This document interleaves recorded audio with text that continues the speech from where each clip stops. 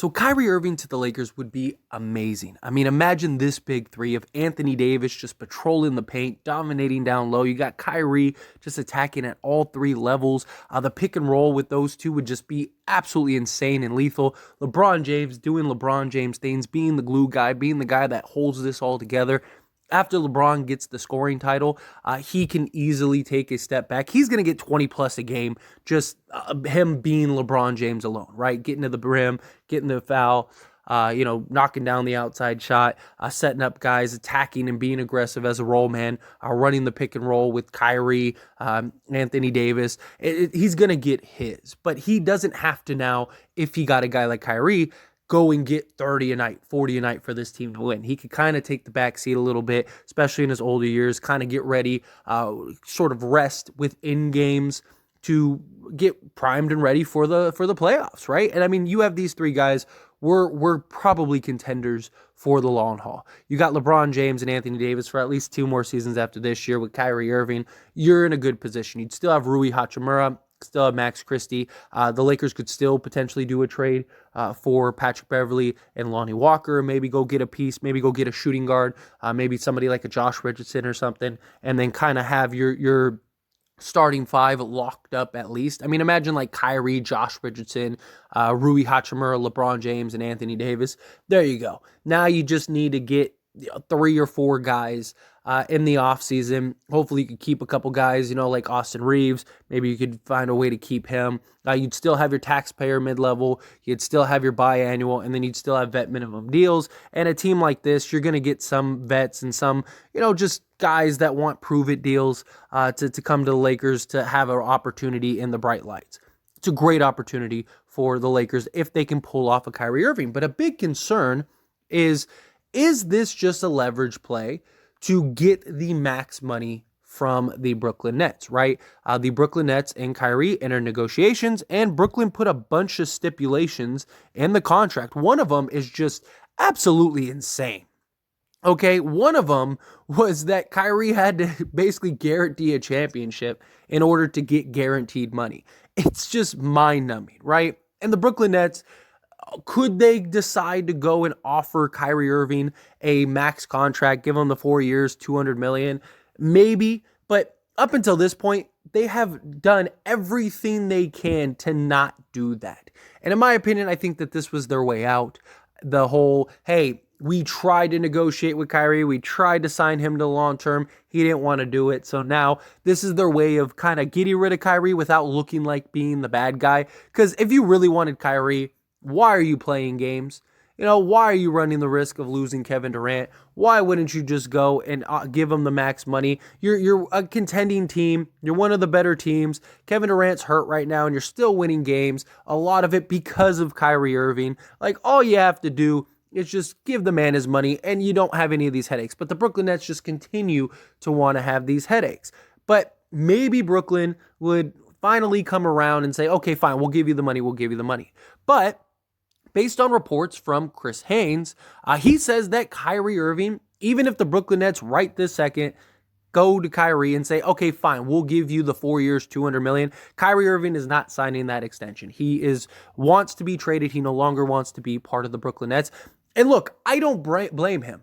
I don't blame him whatsoever.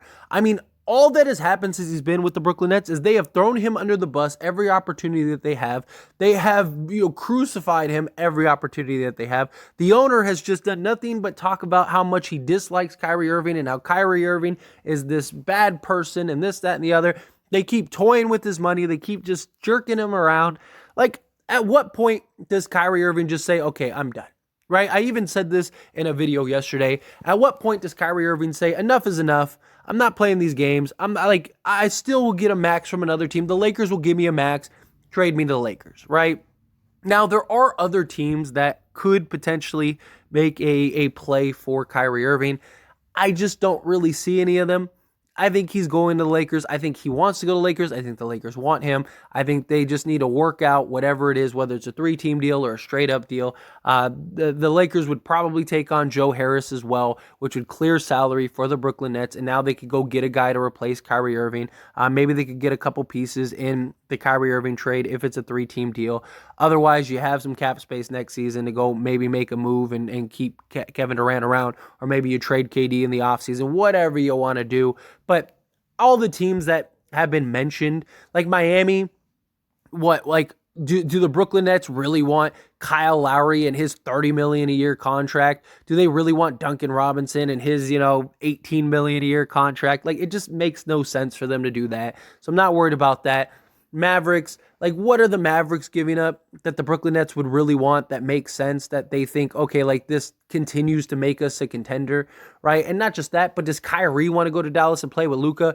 Look, I love Luka. He's one of my favorite players to watch. I mean, absolute greatness. But he is the most ball-dominant, high-usage player in the league. He's one of the most of all time. And so is Kyrie Irving really going to want to go and play with Luka, want to play with the Mavericks? There's already talks about Dallas, and members of the front office are really kind of against Kyrie Irving because of his personality and Luka Doncic's personality, and they kind of don't really think that they will mesh well. Dallas was rumored in the offseason to potentially want Kyrie Irving, and they publicly came out and said, no, we don't. We do not want him. So I don't think that's happening. The Phoenix Suns, why in the world would the Brooklyn Nets want Chris Paul? And if you're not trading Chris Paul, like, you're not trading Devin Booker, so what, are you giving him Bridges and Ayton? Like, that makes no sense if you're the Phoenix Suns. And on top of that, like, what, you're gonna run Chris Paul, Kyrie Irving, and Devin Booker, like, with no wings, no size, no nothing? Like, that makes no sense. I'm not worried about that. The Clippers, I know a lot of people think, like, the Clippers are a real threat, but again, why would Kyrie want to go to the Clippers when he could go to the Lakers? Him, Paul George, and Kawhi Leonard might be one of the worst big threes in the league just because of just clunkiness. Like, who's distributing the ball? Like, the Clippers' big problem is they don't have a traditional point guard. Reggie Jackson is like a poor man's Kyrie Irving, and John Wall is an even poorer man's Reggie Jackson. So what, Kyrie's going to go there and what, be the third fiddle in a clunky team? Like, Paul George is your primary facilitator. Like, how is that going to work? Like, that doesn't make any sense to me. Why would Kyrie want to go there when he could go with LeBron? It's a much more natural fit with the Lakers. He knows that he can win with LeBron. He knows LeBron James will let him do his thing. LeBron understands him. He understands LeBron. And you got a monster in Anthony Davis. He's going to the Lakers. Like, I'm really not worried about anything else. And look, maybe when all is said and done, maybe I have egg on my face and maybe he does go somewhere else. I just don't see it. I don't see any teams trading for him. I don't see most of the teams that would want a Kyrie Irving putting a package together that actually makes sense for Brooklyn too. Because Brooklyn's not just going to want to take guys just for the sake of taking guys. And Brooklyn has to trade him because they have no salary. At least the one thing that the Lakers have that none of these other teams have is cap relief, right? Like, hey, yeah, you could go do this other deal. And yeah, maybe you get an earlier, like the Clippers cap situation, or the Clippers draft pick situation is the same as ours, right? I think they have like a draft pick in 2026 that they could trade rather than 2027. Okay, so you'd rather have a year earlier draft pick that may or may not be a lottery pick, but you're also going to have to take on long-term salary. Or you could take the cap relief, get the same type of draft picks, and on top of that, we'll even do one better for you, and we'll take Joe Harris as well. So now you actually do get cap relief, and you could actually now have enough money to go get another piece or two to add to Kevin Durant and everything else. No matter how you slice it, I don't see a scenario where Kyrie doesn't land as a Laker, assuming that the reports are true, that Kyrie's not signing an extension regardless, right? I made a video yesterday that said I think it's the Lakers or the Brooklyn Nets. And it's either going to be Brooklyn decides, okay, we're going to trade him, and the Lakers are the only destination, whether it's a 3-team deal, whether it's a straight up 1-for-1 team deal, whatever it turns out to be. But very likely, if he gets traded, he's going to Lakers. I don't see another scenario. Or I said that he ends up, the Brooklyn Nets stop playing games and they offer him the max. But according to reports, Kyrie Irving's not signing the max regardless. So if Kyrie Irving isn't signing that max deal regardless, he's going to the Lakers. And not just that, he'd probably make more money with the Lakers than he would anywhere else. You can make an argument that if the Lakers max him out, he would probably make more money than he would in Brooklyn with all the endorsements, brand deals.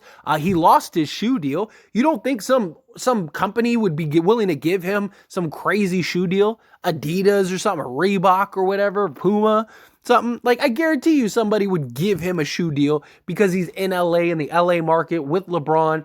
That story, that everything. And then from a business sense for the Lakers, they're going to make so much money. It's going to be worth going and getting Kyrie Irving. You'll still be able to figure it out. You're going to have basically your starting five for the next 3 to 4 years at the very least.